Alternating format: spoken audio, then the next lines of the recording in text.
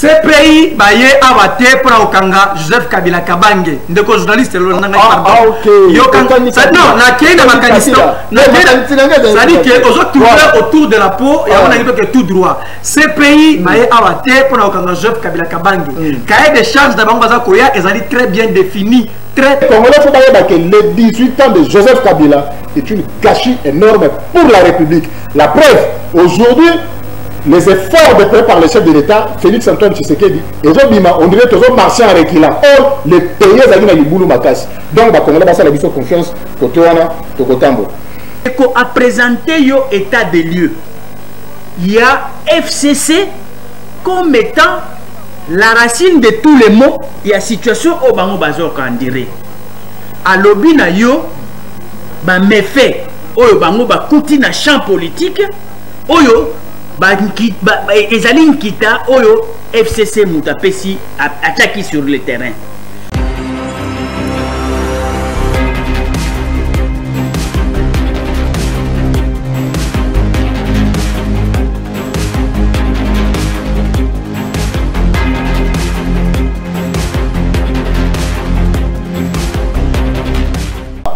Là, mon abino balanga émission Le Peuple Parle. Le Peuple Parle, les émissions l'abino bala Congo.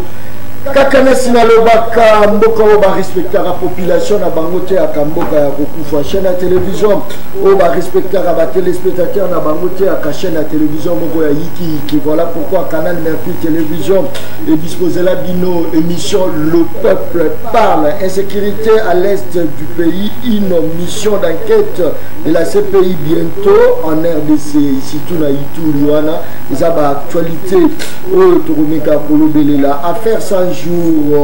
Je crois que Tourobé a vraiment yango parce que na Katiwana masolo belé bimi na Katiwana si tu veux découvrir ba somme mususu il y a 66 millions bandeko na ngai. Je pense que Tourobé a vraiment ko développer na Katia plateau na biso to développer lisusu lisolo il y a au étali racisme surtout la police o ya chaki genou na ye na kingo ya un africain bandeko racisme wana ememaki biso ememi bandeko na biso ya ba noir américain na revendiquer batumaki kutu babiloko basali ba manifestation. Mais na mokolo mon côté tribalisme a na kati ya mboka la biso totikali ko manifester pour nango totikali ko silika pour nango apparemment c'est comme si na biso moko le petit peuple tous à la pour tribalisme n'a pas conduit bazala pour tribalisme.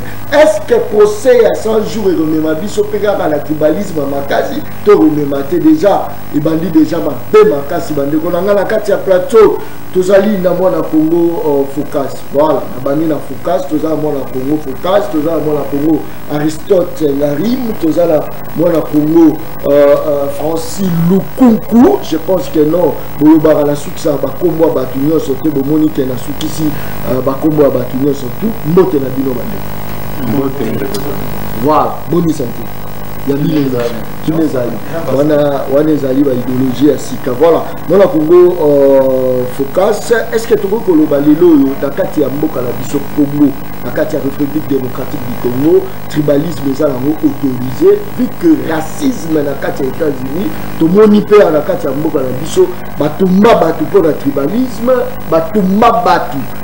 Pourquoi? Parce que nous avons ligné notre école mais tout le monde a manifestation ni batouazo revendiqué. Mais quand il y a racisme, mais tout le monde a télé, c'est tout le monde a mboka la biso tribalisme c'est normal tout le monde a biso sans manifestation.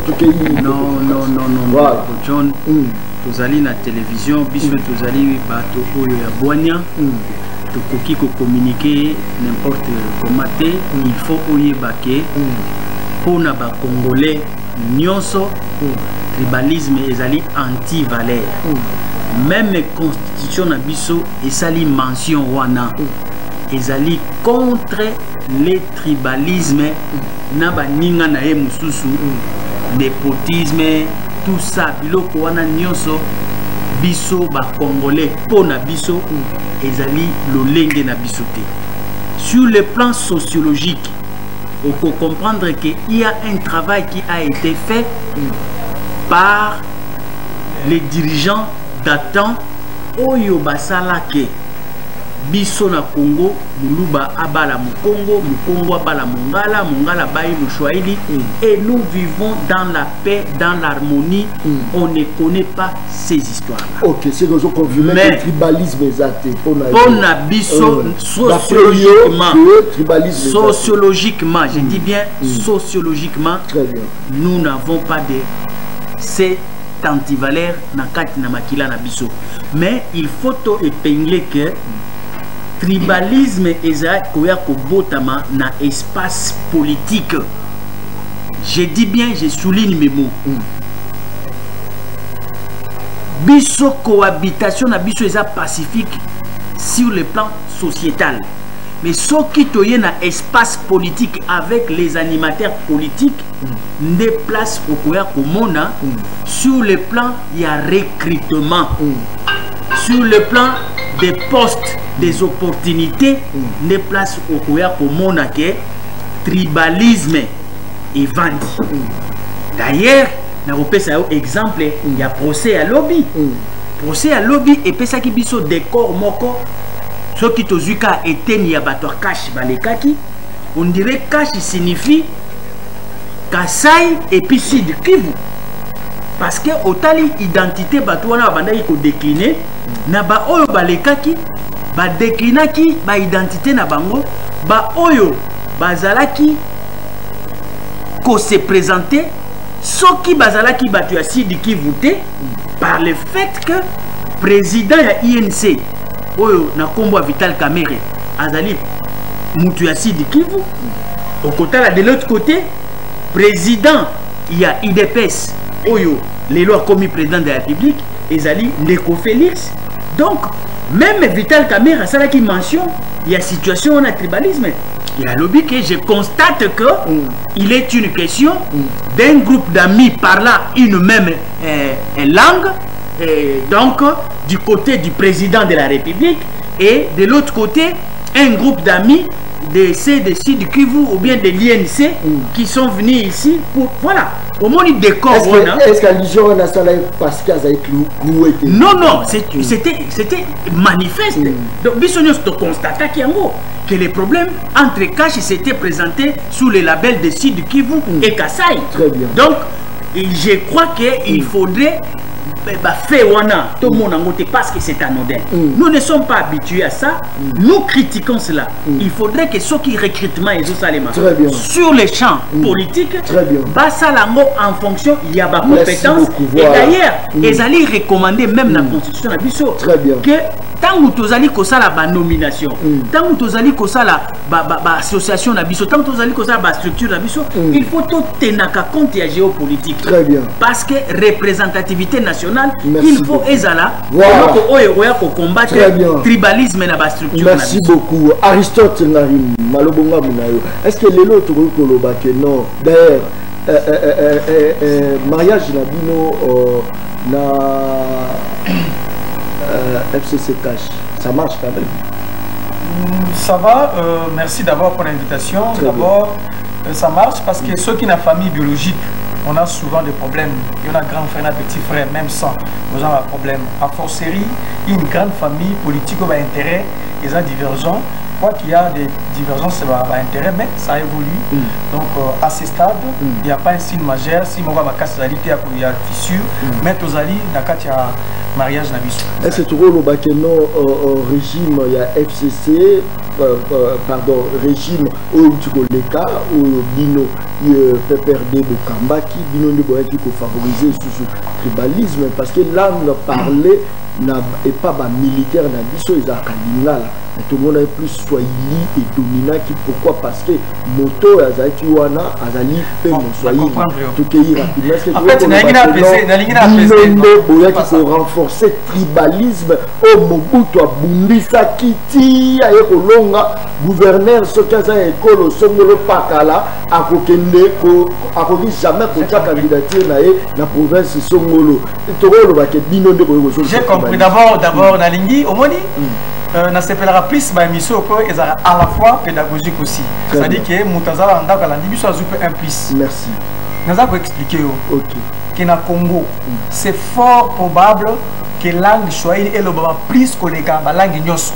Parce que dans la sociologie, 40% du peuple congolais parle Swahili. Une grande partie du Congo, plus Swahili. Et Swahili est en premier lieu par rapport à la langue de la langue. D'ailleurs, Swahili est une langue internationale. Donc, il y a une bonne partie à Congo Swahili. En plus, ça sera de plus normal. International, c'est-à-dire parce que la Tanzanie peut effectivement, soit il va la Tanzanie, soit il va la Ouganda, soit il va la Kenya, je crois. Et pour bonté, richesse en voilà, donc, ce qu'on va dire Swahili, la hiérarchie à la langue, et la première langue dit par l'adhésion, par le nombre de locutaires. Donc, c'est tout à fait normal aussi que les locutaires en gros, de gauche à droite, à poste. Mais cela ne justifie pas que les mais ça, la langue est le mingi. Premier point. Deuxième point. La langue va retenir sur ne peut pas être congolais. Vous avez la congolais, vous avez membre de la tribu Songoloté. Pour la congolais, il faut que la tribu Moko soit reconnue dans le Congo. Depuis 1960, il y a beaucoup de gens qui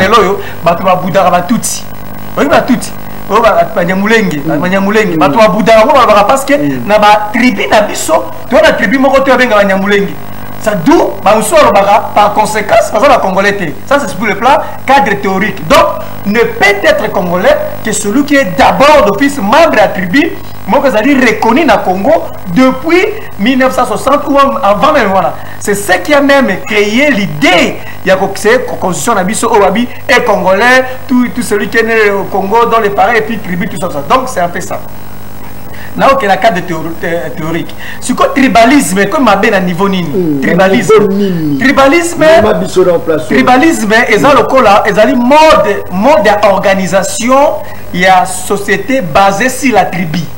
Il y a des tribalisme, c'est-à-dire que bolingo organiser mboka société bo basé kaka sur la tribu.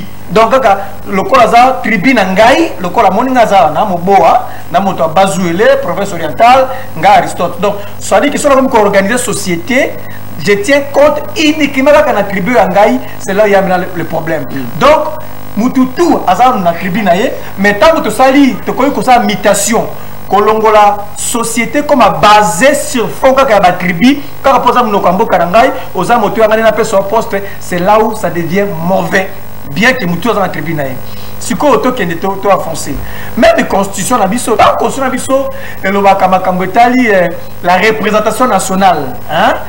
Et bon, donc, balingaka, dans ma poste à Mboka. Ça est une image de représentation parce que notre État c'est un État unitaire fortement décentralisé. Donc il faut que nous soyons unis en termes de tribu tout et à côté. Nani Lumumba, Azui Mobutu, petit naï par sec, Bazanaï. C'est lui qui a fait de l'autre, l'autre était là. Donc ce qui revient à dire, si le plan théorique, il faut retenir que organiser la société si les bases à la tribu, ce qui est mauvais, ce qui est condamnable est prohibé par la constitution. Mais les lots effort nino yobino bosala yitombo qui n'a pouvoir pour combattre tribalisme parce que tout à l'heure on a une manifestation mon côté contre le tribalisme pour que bino bozaki en reine to yebagika na que non minase ma mina kwatia jouer funga mila ou ba do rebelle et banda koloba mamakas effort ni bosala qui pour bino combattre tribalisme pendant que sokotali même ba généraux à l'époque ezali kaka minase ma sokotali ba déjà ba entreprise minase ma sokotali ba ministre mina kwatia we funga mila partout même dans la police ezali bon. Premier point, au Tangalinga armée, nous avons rappelé chef d'état-major et armée à Joseph Kabila, c'est un vrai équatorien.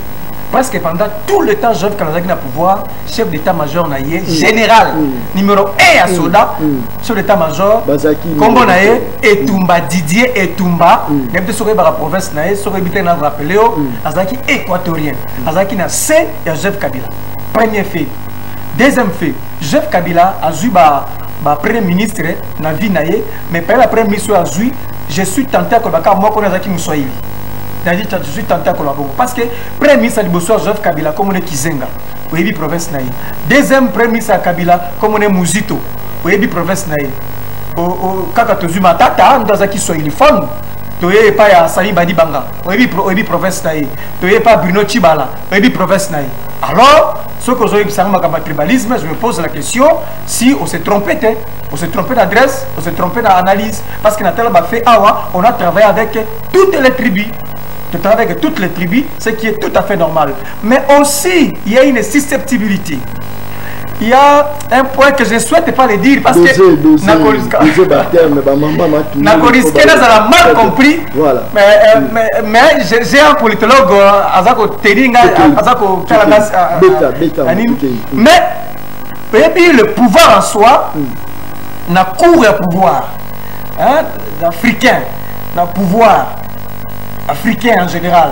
Ça arrive souvent au retrouver Batu Tribi. Il y a Mokonzi, ça arrive souvent, mais qui n'est pas fondé sur un texte légal. Mais dans la cour du roi africain, plus au capé,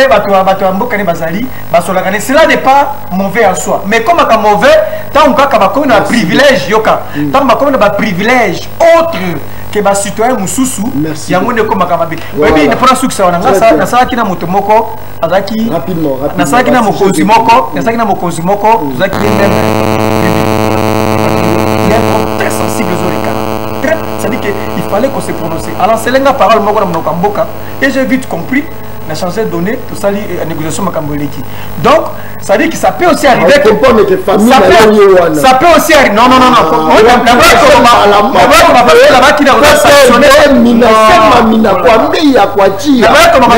Ça peut arriver qu'un chef a travaillé pendant Moutouya province mais ce n'est pas légal et comme en général. Voilà, Francis Lukou. Et ça anti-valeur. Mbote ndeko John, mbote na bandeko toza na plateau, mbote pe na balandi. Bonne santé. Santé faisara bien parce que vous êtes parti au pouvoir. Babilo union se entre maboko na bino, koti pe la ba commerce belé, les toujours rara au nord, ba koti commerce à mine, ba koti commerce à boye, vous êtes au pouvoir.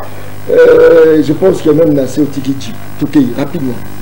Santé ça bien parce que Nzambazo batela, ozana ki bokonzi. Et puis si biso accès illégalement dans la bloc sur le bio les gens racontent des histoires mais ceux qui ba bimisa ba preuve ya makambalo ba ya bakare ni sur le bio neza lokuta yo yebi depuis to dans opposition tisi ko ngande ko nona zakana mu chômeur donc na osomba mutu ka neni mais ulaka ngolobi na ukata kaka mandefu ba robongisa kanga mukolo na omona makambo bien donc tout moni beauté bimi c'est que makambo zo ke bien o yebi que depuis opposition na tikala ko za la vilainté na na mo ba activité na na sala ya ngona vivara nango et je continue à vivre avec ces activités là et je n'exige rien aux autorités du pays. Le plus important, au bazar basa musala Congo kende liboso. Voilà. Mituka to kosomba na biso eza problème. Ah bo kosomba bala kibino na parti. Te parti eza fait privé. Ba ko la kabatu biloko wana te. Tozana mokumba remema mbongwana na bomoya ba congolais po ba pesaki biso mandat. Donc parti avo bongisa individuellement biso ba combattant to ba membre ya parti te. Donc ba laki le côté ceux qui to kosomba eza ndenge na biso a na lati chemizo eza parti te na lati chemizo eza mbula matarité. Donc na lata kana liaka po na zana ba activité na sala. Donc na zape na vie na nga na sala ka libanda to sangisa yango kaka na politique te. Très bien, merci beaucoup. Balobi Koya na bino boye et loko bo planter ma casque le tribalisme bizate. Il dépasse au pouvoir tribalisme comme réunion na kasi. Il dépasse au pouvoir makambo belé za comme ma casque. Est-ce que na kati ya motema na yo même na kati ya parti gérance ya mboka même au sein du parti est-ce que tu sens vraiment que non bozo combattre le tribalisme to bozo ko ce espace la carte tribalisme tout que merci Ndeko John mutuna na yo eza pertinent pourquoi bon votre question est pertinente tout na lingala au moment où nous traversé période moko très sensible Ndeko John ngai na yebi que le tribalisme eza frein ya makasi na bomoko ya baimboka. Et là que ça la makasi eza babengaka cohésion, eza na adage moko na lopoto balobaka l'union fait la force. Or tribalisme eza ko la sabiteni na babiteni. Congo toza na plus de 400 ethnies. Donc ce que mutu na mutu abandi kaka pour défendre ngambo na ye, je vous dis balkanisation linguistique et là on même biso pe na balkanisation ya territoire. Discours ya tribalisme eza bato balingaka ko kata Congo biteni na biteni ne ba retirer profit na eloko wana. Biso ba Congolais toza na avantage moko te to ko tuna eloko wana. Mais naza na pasi na motema ndeko John.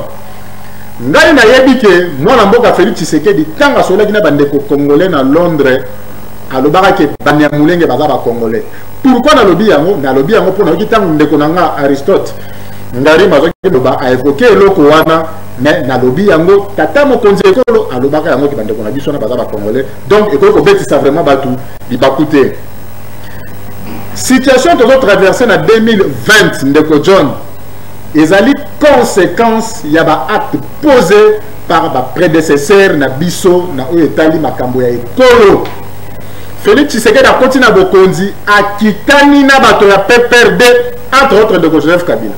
Bande ko na biso bayaki na kati ekolo awa comme ba libérateur nde bango bande ko milobe. Bayaki na mandoki babundisaki un dictateur oyo avandisamaki pendant 32 ans. Ye pas alaki à côté de Bokonzi dans un coup d'état. Le maréchal a comme chef de l'état na coup d'état militaire. Asbel Pego Bokonzi na coup d'état militaire. Joseph Kabila a joué Bokonzi na coup d'état de palais. Na seule nuance. Coup d'état de palais, cela veut dire que un chef de l'état en fonction assassiné dans sa résidence.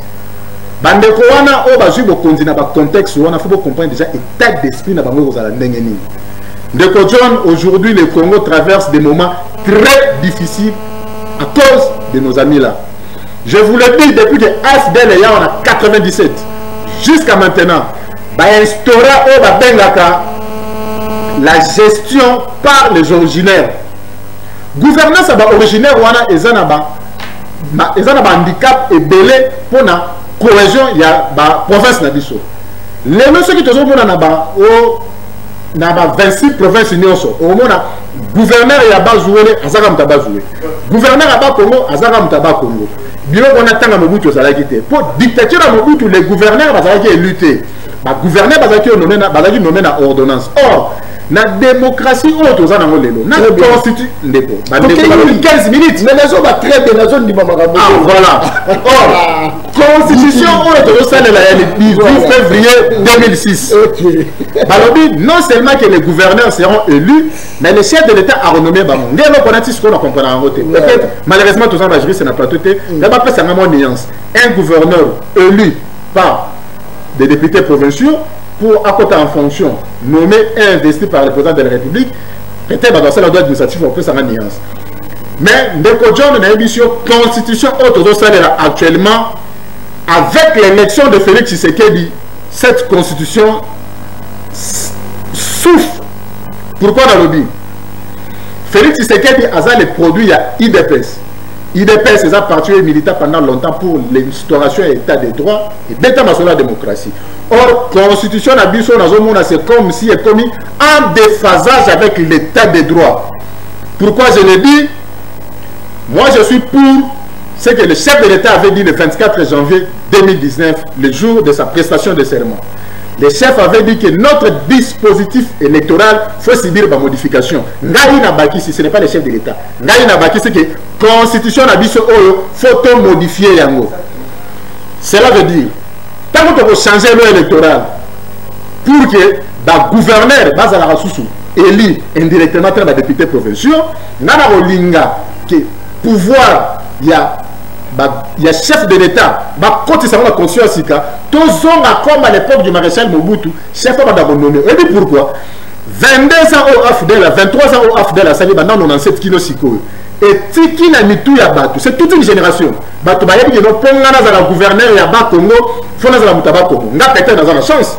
maman nanga munyanga papa nanga Kasai donc nako ba gouverneur na Kasai nako ba gouverneur na Congo merci c'est là toke boy na obi boy tu sais à l'époque je crois AFDEL avec musée Kabila ou banda loba chaque gouverneur fa muta na kati ya province na mais kutu tant bino boyé effort nini bosali po bomeka kolandaka lignée ya Mobutu en fait que tribalisme régné makasi boye d'ailleurs kutu tribalisme régné makasi baluba bien qu'ata baluba ngo va se retrouver que vers l'époque ya Kabila yaki oza muswahili tu te retrouves mon ezomona n'est pas baswahili bien que tribalisme ezali mais baluba ngo peut va se retrouver abaté rapidement to que effort nino bino bosali to que nikolanga Ndeko John oyeno kaka ko Chamotuna na raisonnement déjà bandai ko kena yango biso IDPS en tant que parti politique tozane loko ko sala te.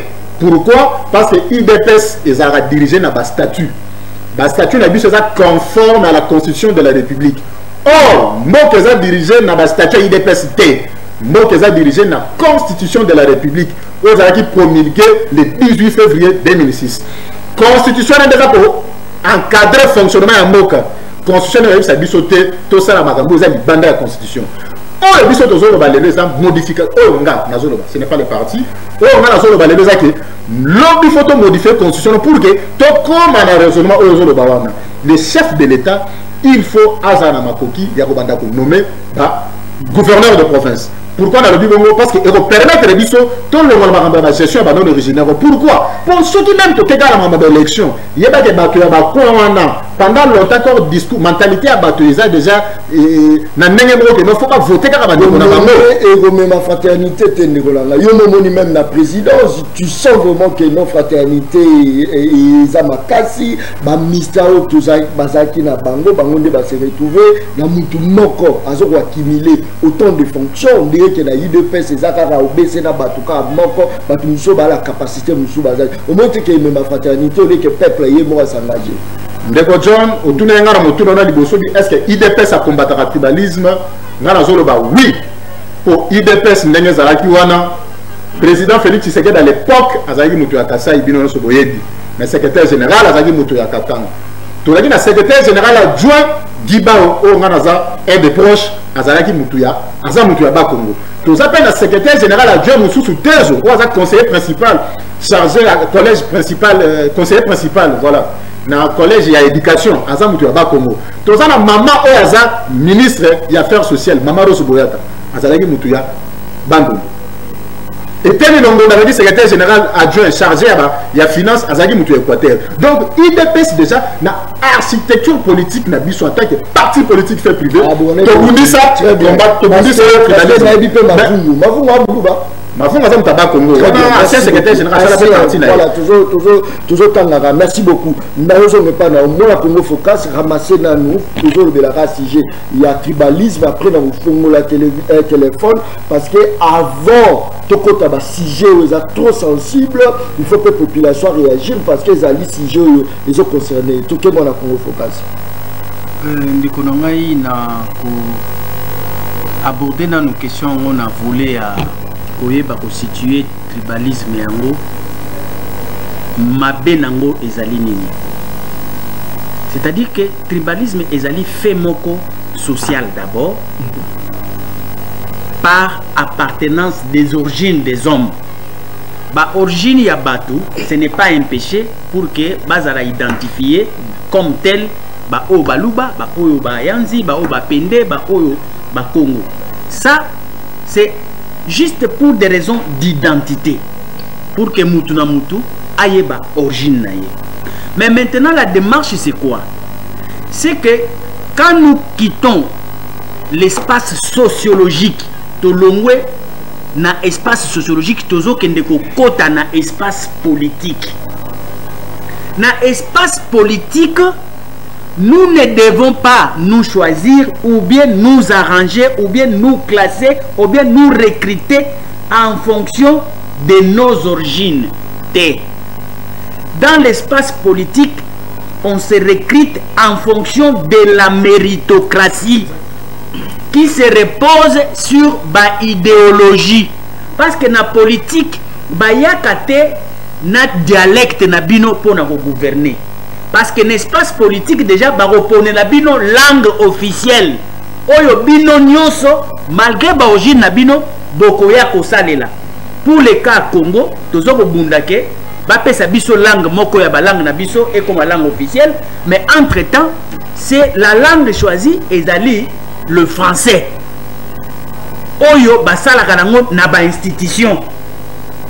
Donc, déjà il y a une langue pour la communication officielle. Topona français na kati ya espace politique.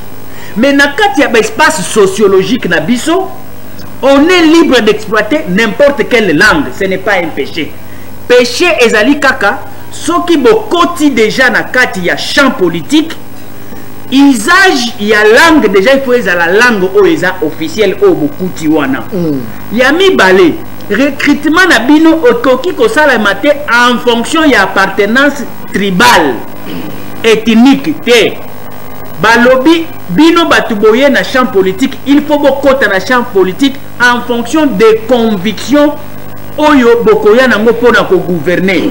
Or pour gouverner, on a besoin des idées. C'est pourquoi on dit que quand vous vous associez pour entrer dans les champs politiques, vous devez vous aligner selon les idées. Yango babengaka idéologie. Vous ne pouvez pas vous aligner selon la provenance en termes d'origine ou bien en termes de langue parlée. En termes des idées que vous croyez idéales, nobles pour Nabo Salilango na champ politique. Parce qu'il faut faire cette différence.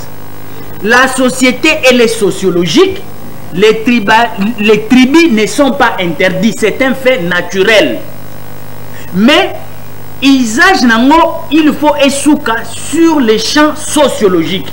Dans les champs politiques, ba poneli bino langue, ba yebisi bino ba critère bo côté la kuna na espace politique, ça ne doit pas être selon l'appartenance pour se répéter pour batuba kanga bien, mais ça doit être selon les idéologies et la méritocratie. Très bien. Donc on a tout se comprendre bien. On a fait cet éclairage entre oyo ndeko alobaki na ndeko lukunku kuna. Voilà.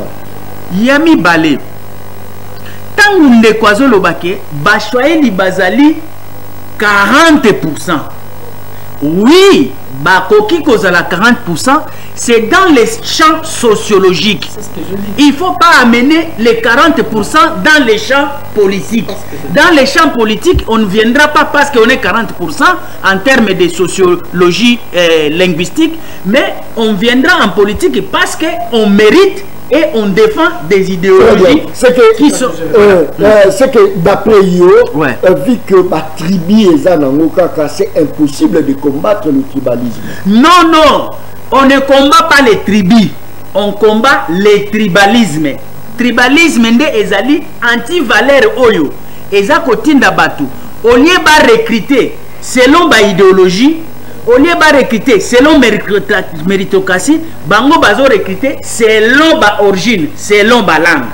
Donc tribu ezali malam, mais tribalisme nde ezali mabe dans les champs politiques. Ok? Parce que quand vous allez, par exemple, na bamboka na bisokuna, chaque tribu a ses terres.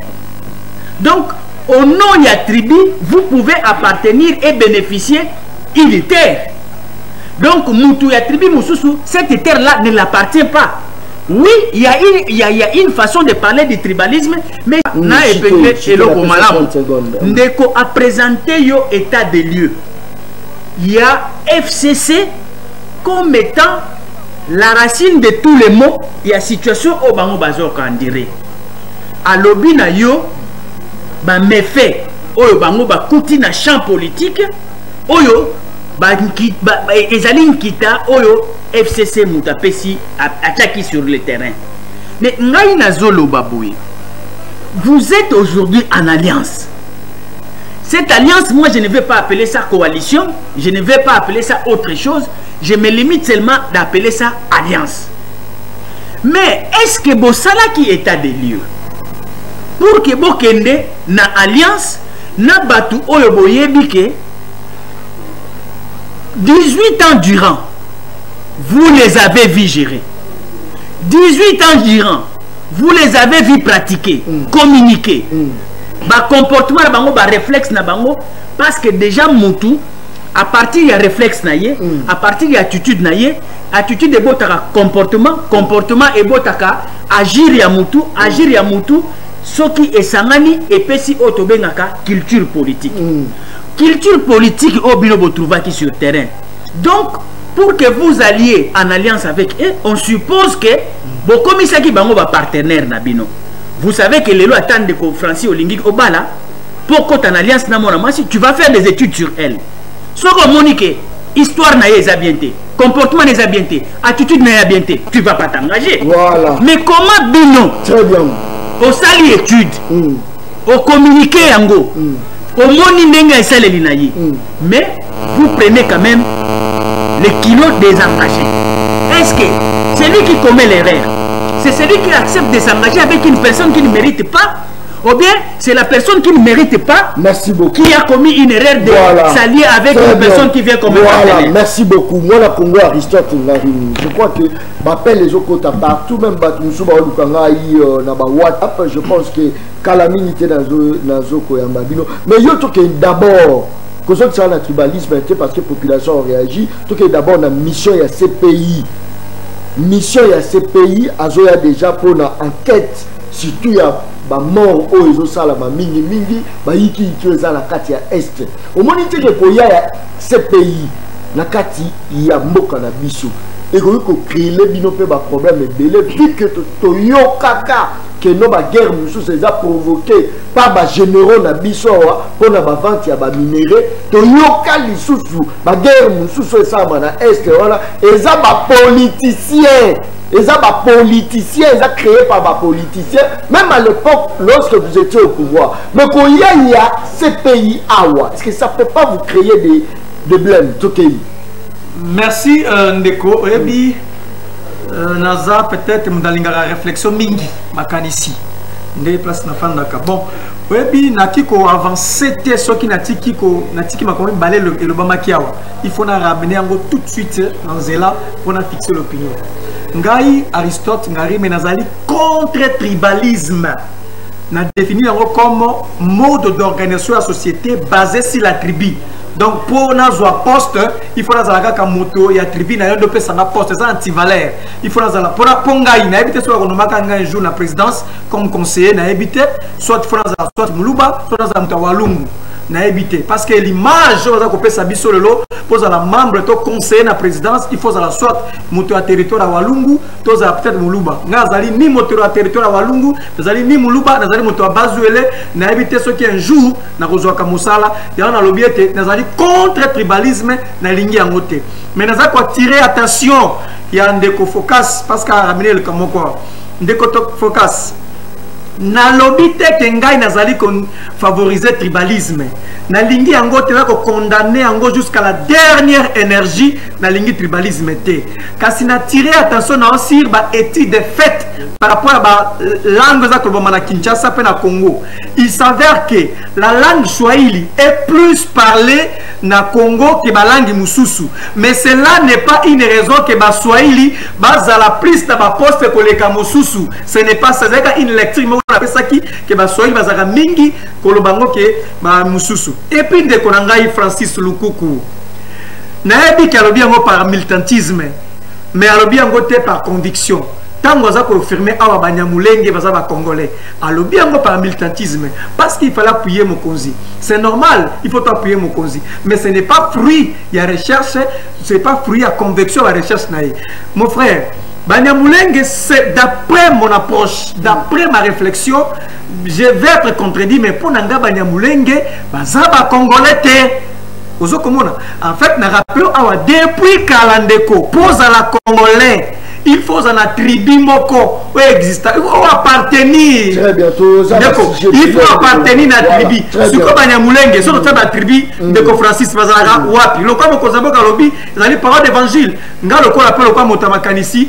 Je peux engager un débat to koltol bakuna to ke ba ces pays ça m'a payé ces pays population à bande ko c'est là populaire il y a solo qui sont signant Mokoloto pour CPI, tous les membres de la CPI, collaboration judiciaire entre la CPI et le Congo. Tous les Bomoko.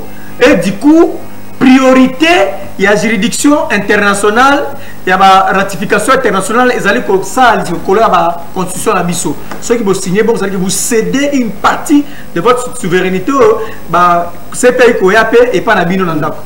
N'a rappelé à Wandeko que Bisso Congo, tous allez meilleur fournisseur. Na bandeli biso Congo to ali ba meilleur fournisseur ya bana mboka na biso to tina bango na CPI bakanga bango. Est-ce que ça na mboka moko na Afrique oyo bana mboka na bango bakanga bango mingi na CPI koleka Congo? Congo to livra oyo biso bana ebele bakanga na CPI ebele koleka kutu Afrique obimba na ebite ba ko rectifier nga mais to za ko so premier et deuxième o kabo CPI to tinda ebele. Première réflexion, est-ce que va retomber nango? Est-ce que qu'est-ce qu'on a tiré, on a gagné là-dessus? Est-ce que CPI nous a dit réellement indépendante? Est-ce que va utiliser la CPI sur le plan international pour nous régler d'une manière ou d'une autre par contre? Est-ce que CPI a vraiment la mission d'Angoya pour ça qui établi? C'est aussi une réflexion, mais je note que Congo te peut savoir un belé, mais on a l'impression que rendement à CPI Ango, tout une effectivité dans côté. Ce qui va dire baya ndeko baya ko enquêter, il faut pas expliquer cahier de charge na bango bako banda wapi pe bako suka wapi so ba bien ko na Ituri.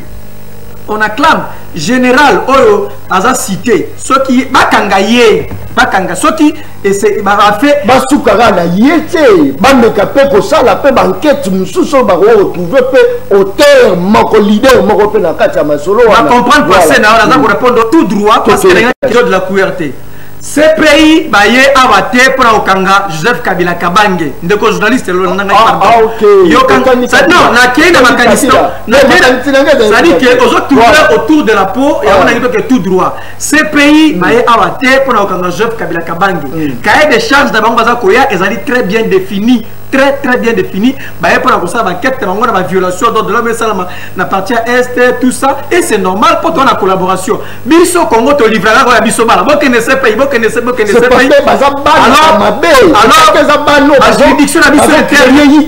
juridiction na biso interne efficace donc to livrera biso ka bana au retomber CPI yango apesa nini na ebité CPI oyoka États-Unis agrimasa CPI avec CPI ceux qui vont mekika koloba to peut bien sumba côté pour fonctionner CPI nga enquêter makamba si américain avec ceux vont mekika ka bino CPI to peut nous sur un bon côté et c'était connu à tous donc CPI en est-ce que zali instrument il y a puissance internationale pour connaître ba mususu na ebité mais CPI ba pour Joseph Kabila te ba pour makambo ya Ituri makambo kili oza ko sala encore ndeko journaliste.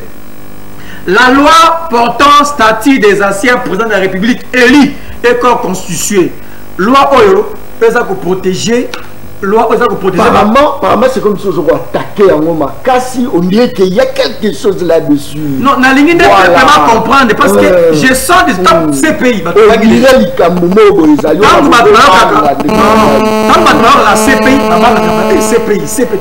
CPI. Non, ce n'est pas ça.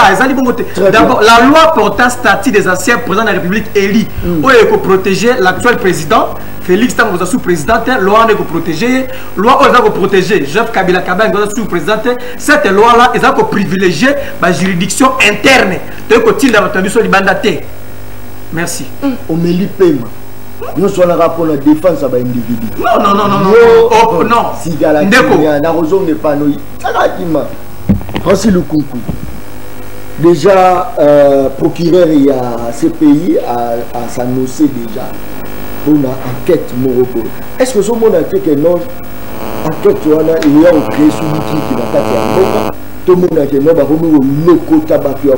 vous êtes pour ou vous êtes contre il y a des marches où on a tout une de Français.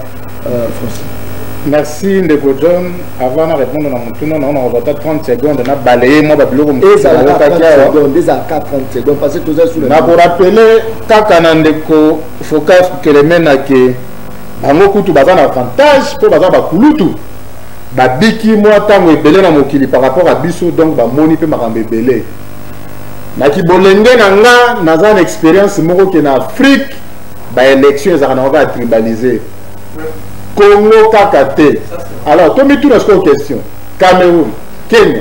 Bateau bakendaki na politique ya tribalisation ya processus électoral, ba obtenir le gain de cause. Ba mandat électif, ba zui direction en boka. Tant bazo comme ba cabinet na bango, je pense que oh les comme une conséquence réelle. Il y a oh basalaki en amont et puis en aval ça va de soi. Mais là on a d'accord na yo ezaki likambo ya compétence. Na likambo ya respect ya ba mibeko, photo simba ka yango makasi. La constitution de la République et interreprésentativité, équilibre interprovincial dans les institutions. Moto a la compétence baroye bisanga ka des ana sidiki. Wananga na za d'accord te. Moto a la compétence baroye bisanga ka des ana kasai. Wanga na za d'accord te. Mais na moni lobby na audience publique ou la procès à 100 jours. Ba te bele ba beti moi c'était. O bandeko mingi ya IDPS baleka kuna bazaka baluba eza o bato bamonaki po bangonde bazaki cité na ko rappeler na bandeko monsieur Eberand Kolongele ozo sala intérim ya directeur de cabinet du chef de l'État azamuta bandum bon IDPS ou pas mais chef de l'État a tchaki wana bon lelo aza IDPS même ngana ndimi premier zaki tozana madame Getty Palupa na directeur de cabinet adjoint azamutu ya Congo central. Tozana monsieur Niembo aza directeur cabinet adjoint aza mutuya est wana bato ya IDPS ba mama Getty ba combattante ba vie Niembo ba combattant. Donc nous avons battu na quota ya IDPS sur les 5 membres on va former le dernier carré du chef de l'État. Au directeur de cabinet na 4 adjoints, IDPS a aligné 3 des autres provinces et puis en termes de l'équilibre est-ce que ça dit représenté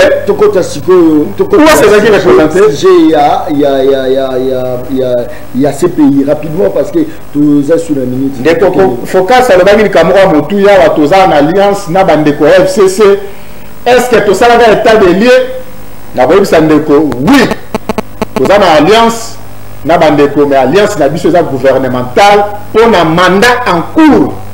État de lieu, oui, mais ce qui n'a pas été d'inquiétude aux animés du saut, le passé de nos amis de l'Alliance ne nous engage en rien. Tout ce qu'ils ont posé comme acte antérieur, ils sont seuls responsables. Donc, on a la logique. Et puis, les Congolais, il faut savoir que les 18 ans de Joseph Kabila est une gâchis énorme pour la République. La preuve, aujourd'hui, les efforts de par le chef de l'État, Félix Antoine Tshisekedi, on dirait qu'ils ont marché en reculant. Or, les pays ont eu boulot makas. Donc, les Congolais ont eu confiance côté wana, Tokotambo. Mais alors, les Kotambo Aristote, avant le Bakeno, Bamiamoulé de Bazan la Congolais, au lieu limite d'ailleurs. Au moins, on a compris que tant que vous aurez pouvoir. Tant besoin de l'opposition, tant de pouvoir, peuple, tant besoin de pouvoir pour respecter. Tout le monde, ça a 30 secondes d'analyse pour qu'on ait un dossier à procurer. Mais déjà, on essaye déjà 4 minutes. 4 minutes, vous êtes d'accord. N'a pas la chrono. 2 minutes, et là, je suis à la favoriser. N'a pas suivi ça dans 20 secondes. Aristote a lobby, Banyamouling, dans la Congolais. L'affirmation est très grave. N'a pas Afdel a agressé les Zaïre. Pour moi, il y a une libération, conviction personnelle, rien. On a donc, on a la agression. AFD a agressé, il y a un discours. Au moins, il y a stigmatisé la communauté. Et il y a toujours la dérive. Je soutiens avec conviction les discours tenus à Londres par son excellence Félix Antoine Tshisekedi. Pourquoi? Ceux qui ont le discours que Bazaba Congolais, je vous l'ai dit, et vous avez la porte d'entrée, il y a Batouana, vous allez causer du tort. Pourquoi la Bible? Parce qu'il y a des gens, il y a des gens qui vont citer la Simara Bilo, pour que ça crée pas un groupe d'autodéfense.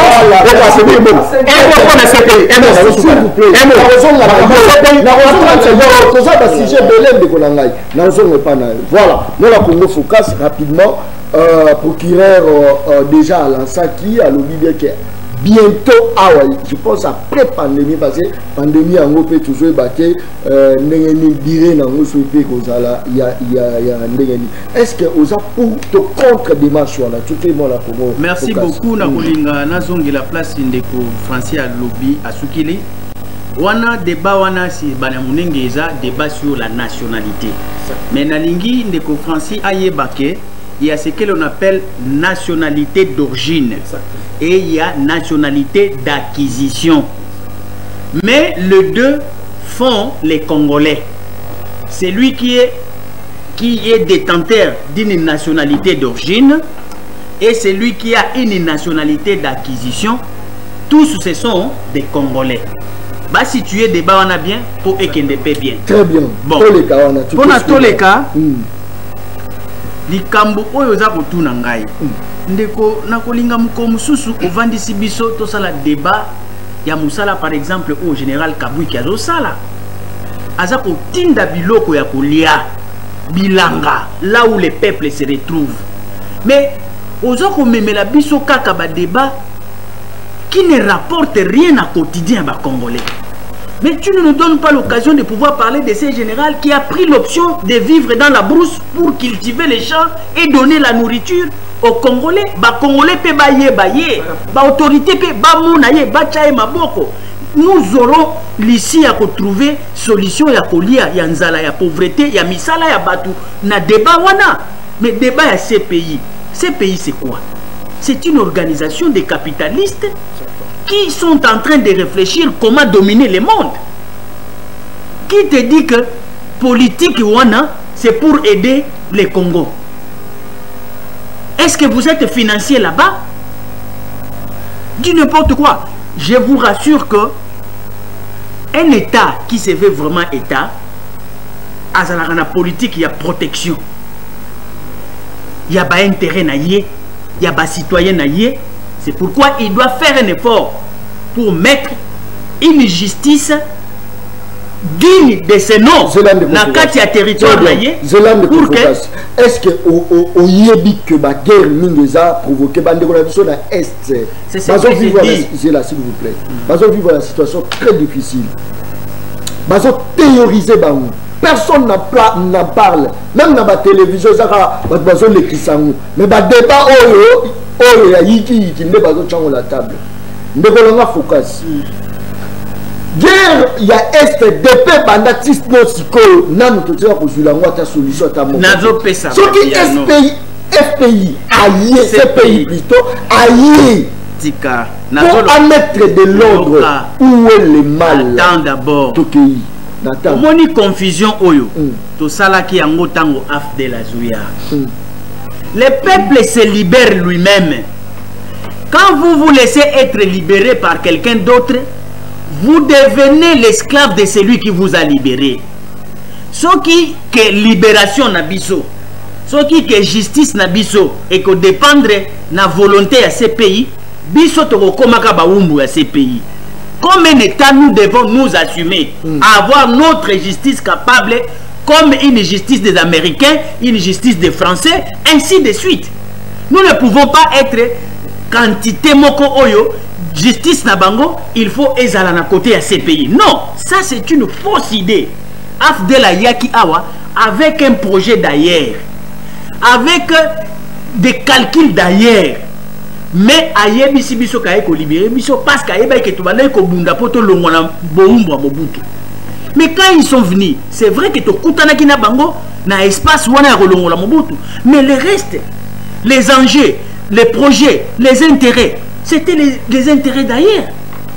Biso to bénéficier kini. Nkitana biso ekenda libanda.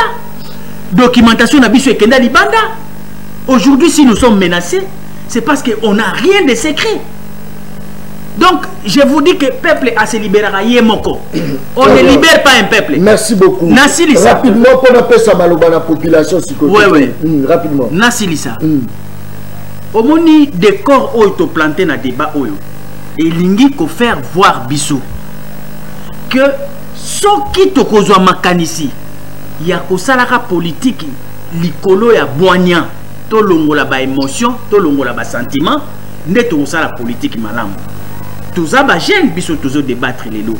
Il faut toi apprendre na ba erreur ya ba oyo ba précéder biso parce que biso to na raison te to na ba excuse à représenter te les lots ba erreur ba mikolo ba sali pour na biso les lots ezali ba acquis parce que nous sommes enseignés par leurs erreurs mais nous n'avons pas les droits de faire comme eux. C'est pourquoi je suis en train de dire que oh ya PPRD, oh ya IDPS, toye bakake. Très bien. Pona Batou, c'est vrai, il y a la mention personnelle que Moutuloko la Félix Tshisekedi, il n'est pas tribal. C'est qui nous a tout fait, donc qui n'a rien à voir. Donc sur Akutana Moulouba, c'est son frère, sur Akutana, donc il est gentleman. Ça, on le sait. Très bien. Mais Tolingi to Ilobake, ils ont l'esprit, état d'esprit. Ça ne paye pas. D'ailleurs, ça crée des frustrations. Merci beaucoup. Spectacle et à Aristote Malobonga Moulayo, comment évolue le procès de Vital Kamerhe, procès à 100 jours? Est-ce qu'il y a de l'évolution ou soit Ricky les alliés? Rapidement, bon, merci Ndeko. Moni, on sentir que tu as touché la question très sensible dans le plateau. Et ça, qui va tout bas, rappeler Baloba. Je crois que Ndeko Français a kosenga peuple pardon, et ça qui est rare, Ndeko Français a confirmé que Banyamouling va être congolais. Je crois qu'il a kosenga pardon, a kosamandé sur le pays. Mais Ndeko a expliqué si le plan historique, Bisengimana a consi Mobutu à soit ordonnance à octroyer nationalité collective dans Banyamouling. Nationalité collective dans Banyamouling. 2 mois après, Mobutu se rend compte que c'est là qui est rare, abolir l'ordonnance. Si on a une nationalité, il faut qu'aujourd'hui, de manière individuelle, on se prononce Yomoko, aux une nationalité, non une nationalité collective. Et par rapport à ma recherche, tout n'a expliqué, et Congolais d'abord, Moutou tribu naïe, existe à la Congo, ou la tribu. Alors tout ça, ma recherche, comme on a comme si Banyamulenge. Pour Nanga, na ma recherche Nangaï, na conclure que Banyamulenge, Bazaba Congolais, c'est une nationalité d'une manière individuelle. Voilà, merci. Donc, il y a procès Kamerhe,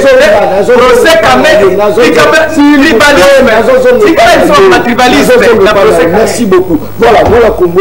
Francis Lukunku, toqué rapidement, procès à Kamerhe. Est-ce que procès à 100 jours, est-ce que les nôtres ils ont l'évolution, tous ont l'évolution, tous ont la Karanasima, toqué rapidement. D'accord, John, on a là-dessus. Dispatching la timing, la plateau, les ont vraiment équilibré. Et ça, c'est la 2e fois que je ma victime.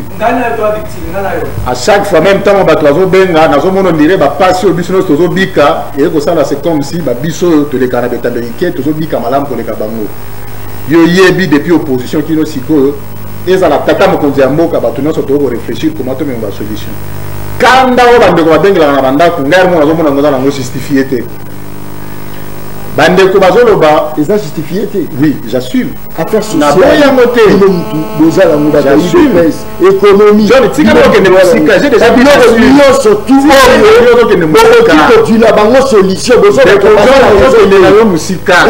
j'ai dit bien, j'assume ce que j'ai dit. Quand bandeko bazobenga pour nanga ils ont justifié. Au regard des forts, depuis que nous continuons à pouvoir ils ont les progrès à travers ma hâte. Félix Tshisekedi a opposé, mais la ligne comme on a, la ligne a limité. J'assume. Ce qu'une corporation, c'est ça la beauté de la démocratie. Tu vas trouver un jour un compromis. Ah, on a eu qui dit Camboya. Banyamulenge bazaba congolais ou pas. Nous tu as lancé des bandes de Aristote. Nous avons même Mamukumba pour la lutte contre ça recadrage. Nous avons dit que créé avant 1960. Connaissance au Nda dans la constitution. Balobeli m'a attribué en 1961. Balobeli bateau existant avant 1960. Banyamulenge sont des Congolais d'origine rwandaise. Nana yebi que le Congo, tous en a milotique, tous en a bantou, tous en a pygmé. Donc, les noms par mauvaise foi, certains de nos compatriotes, Balingi va ignorer l'existence. Il y a peuple milotique sur l'espace RD congolais. C'est être méchant. Je l'ai dit et j'assume. Ce que nous devons comprendre dans notre cité, dans la compréhension. Moi, je sais que Banyamulenge est congolais parce que bilo discours au Ndema Congo na babu keseni ba guerre lobeya, je soutiens que Banyamulenge est congolais.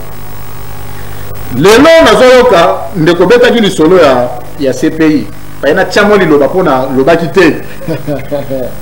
Ndeko Aristote tanga zwaki na loba betaki pe lisolo en loi portant statut d'ancien chef de l'État. J'ai dit cette loi est une loi antisociale.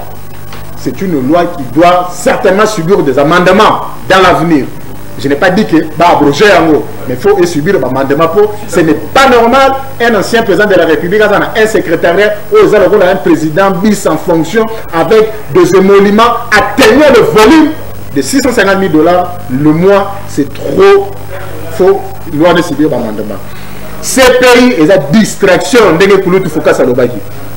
Yoga maman on a communiqué na la pandémie ici là. Et si on a la maison sanitaire est mis en place, on a dépêché une équipe. Batika distraction. Batika distraction. Le chef de l'État. Chef de l'État. Ce pays a dit que ça coopérera toujours dans l'État parti à statut de Rome. Donc, à la police, à la armée, s'il faut que la CPI a mettre la main sur les individus, sur qui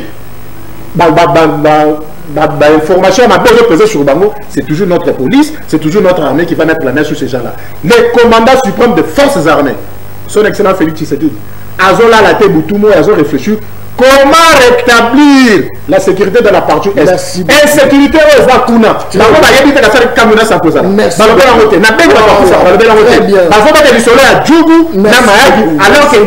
événement malheureux dans l'espace récent. Très bien, merci beaucoup. Moi, le Congo, rapidement, tu commis au cité, donc tu cité. Je pense que non, peut-être une émission, ils ont eu lobby de trouver, ils ont cané, parce que tu commis déjà minutes et commis vraiment la souka. La ligne est likamba CPI. Tala Tango Ouattara Azako Kota Akoma président Bakangi Bagbo.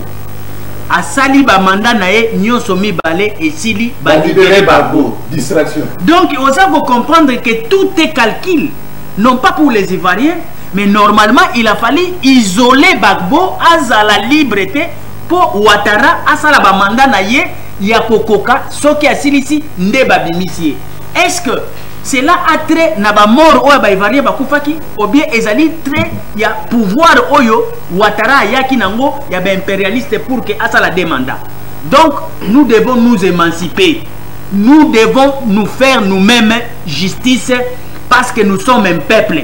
Mettons notre justice, donnons à la justice la chance d'être indépendant. Et même Baji Jouana, Baji Nabiso Bazana pour ça va faire bango liberté té.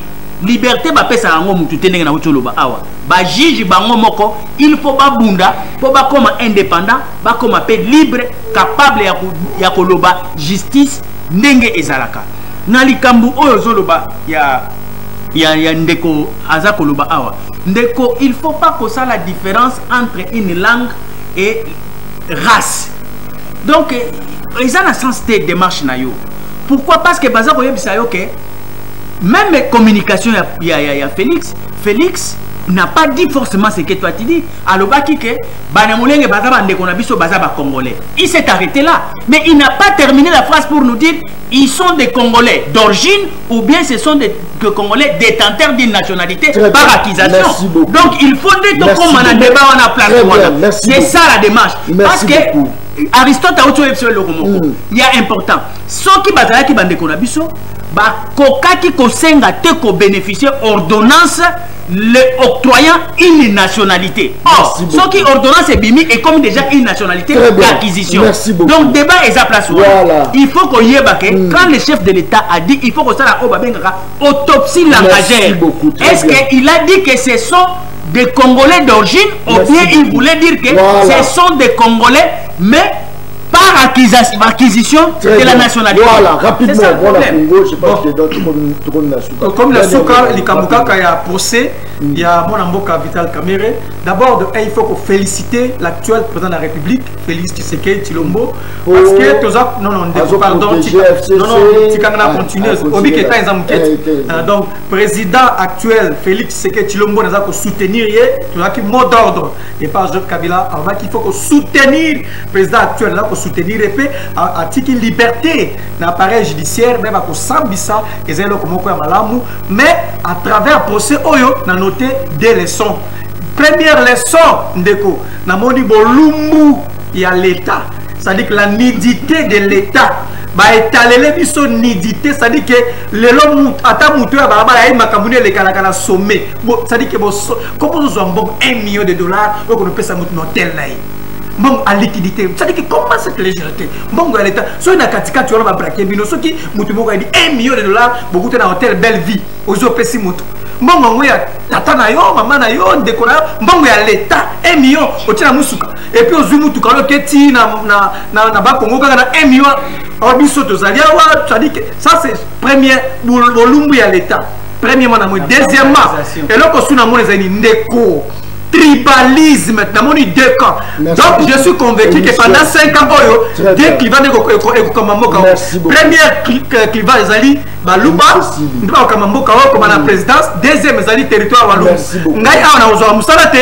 bakonomenga jamais pour la muta bazuele na ozo musala te donc je regrette rapidement moi na Congo monsieur ce que toujours sous parce que là yo monique na kabolita nga ba flatterie wana o le tapé comme ça na te moi je suis combattant donc voilà la rappelons de John on a déjà dessus la dispatching d'attente mais qu'on a relobé qui était après on a John c'était là moi 20 secondes là pour au kata na la imoka ningi pe le côté ba pelle de la ba talamuka na zo rappeler Martin Fayulu ba karaï de frontière vient on raté pour la coronavirus awa nayoki ndeko focus a bien dire nga na comprendre tata mon quantité peut-être kulutu nde ala dagi vidéo tina sukate Félix Tshisekedi a prêté serment à la constitution haute, ça il a le 18 février 2006. Constitution haute, le Congolais, nous avons avant 1960. Dans le projet d'évoquer l'ordonnance à Bissengimana, dans la constitution de ça le lot. Et là, récente, adoptée il n'y a même pas 2006, même pas 20 ans. Vous avez alors, Batoubaï, ça m'a fait la compagnie président Mabete, Masola, l'ordonnance à Bissengimana, c'est antérieur. La loi en vigueur, la loi mère. Et nous dit que non, bah oh, ça va être avant 1960. Et puis celui qui a parlé même dans Michou. Celui qui s'était de l'histoire. Quand on a vidéo à Londres, à l'objet, Botika, Makele, les babas de Corabisson, on a dit Boyo Kananu, Boyo Kananu. Au moment où on a Canabiso, Bandekona, Baoutaka, Bayata. Là, au moment où Bandekona, Bandemolène, Bavanda a déjà plus de 2 siècles. Bakoko. Donc, 1960, écoutez, moi j'affirme. Les Banyamulenge, ce sont nos compatriotes congolais d'origine rwandaise. Nous c'est ça d'origine naïe. Merci beaucoup. Voilà. Kakanesi na lobaka émission na ngai eza balaka balenda moko. Parce que par contre ça a origine mi baleka même. Origine za moko. Lokona yo compliqué d'origine rwandaise. Donc bazali ba congolais bazali ko bengona biso na émission na ngai.